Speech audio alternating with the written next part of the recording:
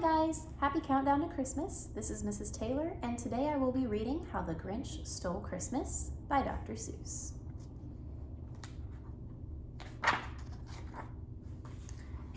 Every Who down in Whoville liked Christmas a lot.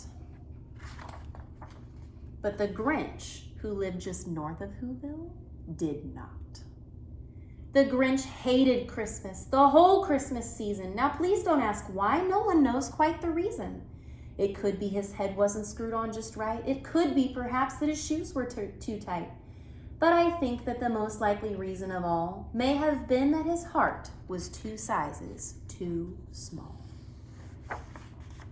But whatever the reason, his heart or his shoes, he stood there on Christmas Eve, hating the Whos, staring down from his cave with a sour, grinchy frown at the warm lighted windows below in their town. For he knew every Who down in Whoville beneath was busy now, hanging a mistletoe wreath. And they're hanging their stockings, he snarled with a sneer. Tomorrow is Christmas, it's practically here. Then he growled with his Grinch fingers nervously drumming. I must find some way to stop Christmas from coming. For tomorrow he knew all the Who girls and boys would wake bright and early and they'd rush for their toys. And then, oh the noise, noise, noise, noise. That's one thing he hated, was the noise, noise, noise, noise. Then the Whos, young and old, would sit down to a feast, and they'd feast and they'd feast and they'd feast on roast beast. And then they'd do something he liked least of all. Every Who down in Whoville, the tall and the small, would stand close together with Christmas bells ringing. They'd stand hand in hand, and the Whos would start singing. They'd sing and they'd sing, and they'd sing, sing, sing, sing. And the more the Grinch thought of this Who Christmas sing, the more the Grinch thought, I must stop this whole thing. Why, for 53 years I've put up with it now. I must stop this Christmas from coming. But how? Then he got an idea, an awful idea. The Grinch got a wonderful, awful idea. I know just what to do, the Grinch laughed in his throat, and he made a quick Santa Claus hat and a coat. And he chuckled and clucked, what a great Grinchy trick. With his coat and his hat, I look just like Saint Nick. All I need is a reindeer, the Grinch looked around. But since reindeer are scarce, there were none to be found. Did that stop the old Grinch? No, the Grinch simply said, if I can't find a reindeer, I'll make one instead. So he called his dog Max, then he took some red thread, and he tied a big horn on the top of his head. Then he loaded some bags and some old empty sacks on a ramshackle sleigh, and he hitched up old Max.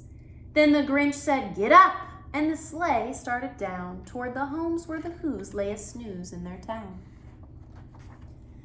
All their windows were dark, quiet snow filled the air. All the Whos were all dreaming sweet dreams without care when he came to the first little house on the square. This is stop number 1, the old Grinchy Claus hissed, and he climbed on the roof, empty bags in his fist. Then he slid down the chimney, and oh, it was a rather tight pinch, but if Santa could do it, then so could the Grinch. He got stuck only once for a moment or two, then he stuck his head out of the fireplace flue, where the little Who stockings all hung in a row. These stockings, he grinned, are the first things to go. Then he slithered and slunk with a smile most unpleasant around the whole room, and he took every present. Pop guns and bicycles, roller skates, drums, checkerboards, tricycles, popcorn, and plums. And he stuffed them in bags, and the Grinch very nimbly stuffed all the bags, one by one, up the chimney. Then he slunk to the icebox. He took the Who's feast. He took the Who pudding. He took the roast beast. He cleaned out that icebox as quick as a flash. Why, that Grinch even took their last can of Who hash. Then he stuffed all the food up the chimney with glee, and now, grinned the Grinch, I will stuff up their tree.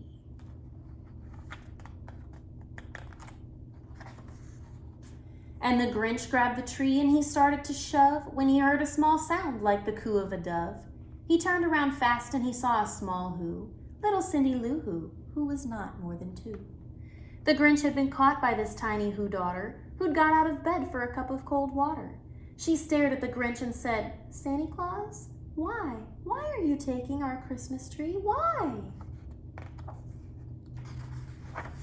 But you know that old Grinch was so smart and so slick, he thought up a lie and he thought it up quick.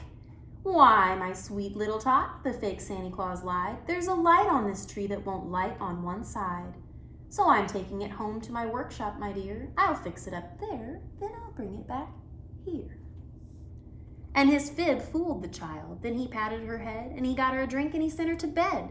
And when Cindy Lou Who went to bed with her cup, he went to the chimney and stuffed that tree up.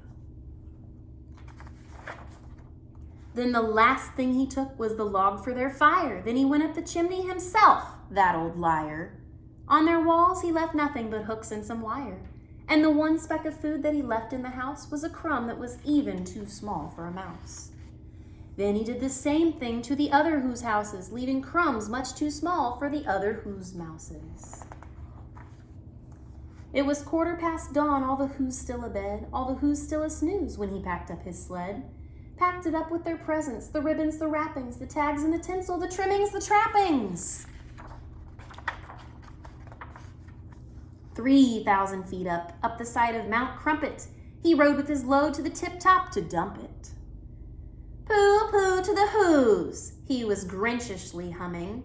"They're finding out now that no Christmas is coming. They're just waking up, I know just what they'll do. Their mouths will hang open a minute or two, and then the Who's down in Whoville will all cry, 'Boo-hoo!'" "That's a noise," grinned the Grinch, "that I simply must hear." So he paused, and the Grinch put his hand to his ear. And he did hear a sound rising over the snow. It started low, then it started to grow.